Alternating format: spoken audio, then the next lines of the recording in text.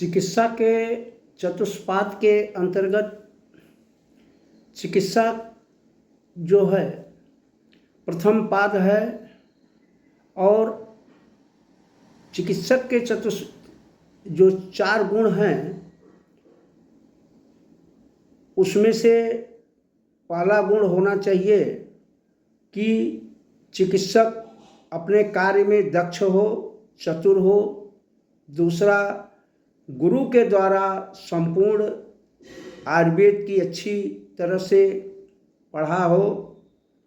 तीसरा, अच्छी तरह प्रत्यक्ष एवं क्रियात्मक ज्ञान को प्राप्त किया हो।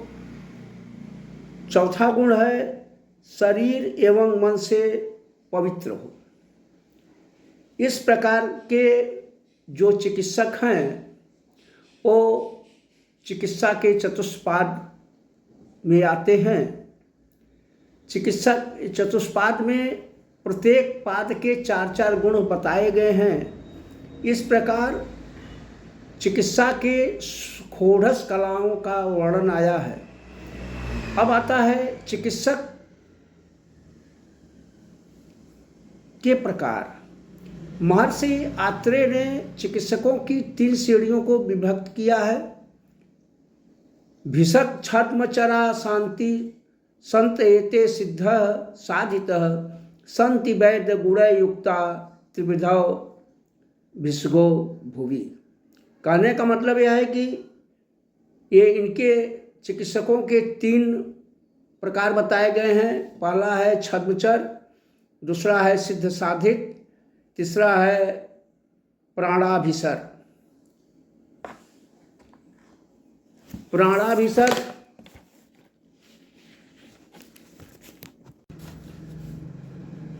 अब आता है छद्मचर कौन है। शासन व जनता के प्रमाद के कारण जो बिना अध्ययन के अभ्यास के ही वैद्य की तरह रहकर ठाट बाट से जनता को ठगता है, उन्हें छद्मचर कहते हैं।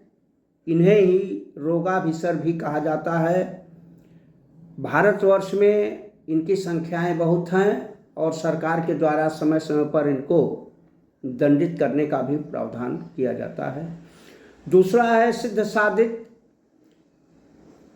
इस तरह के जो चिकित्सक हैं वो स्वयं उत्तम वैद्य नहीं होते हैं, किंतु किसी बड़े वैद्य के या जो अच्छे डॉक्टर हैं, चिकित्सक हैं, उनके संपर्क में आकर उनसे संबंध बनाकर इनका नाम चल जाता है। जैसे वो नर्सिंग होम में काम किए कुछ दिनों तक और उसके बाद अपना काम करने शुरू कर दिए।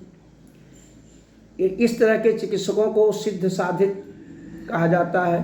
तीसरा आता है प्राणाभिसर। चतुष्पाद में इनके गुणों का वर्णन किया गया है। जो विद्या, तर्क, शक्ति, विज्ञान, स्मृति, तत्परता, क्रिया संपादन 6 गुणों से युक्त होते हैं। इस प्रकार के चिकित्सक किसी स्वार्थ या अर्थ लोभ के कारण नहीं, किंतु रोगियों के दुख से द्रवित होकर चिकित्सा करते हैं। ऐसे चिकित्सक को प्राणाभिसर कहते हैं, जो कि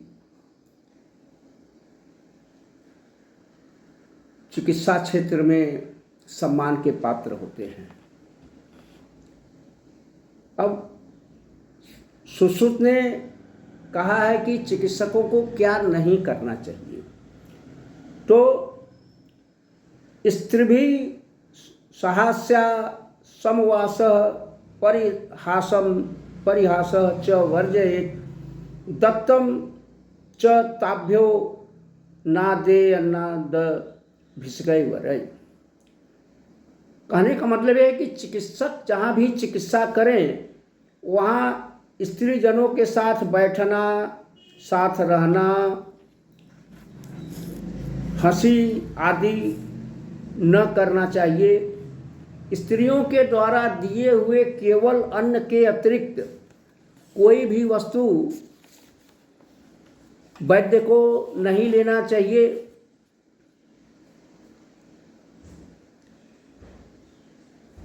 इस प्रकार की क्रिया करने वाला वैद्य ही सम्मान का पात्र होता है।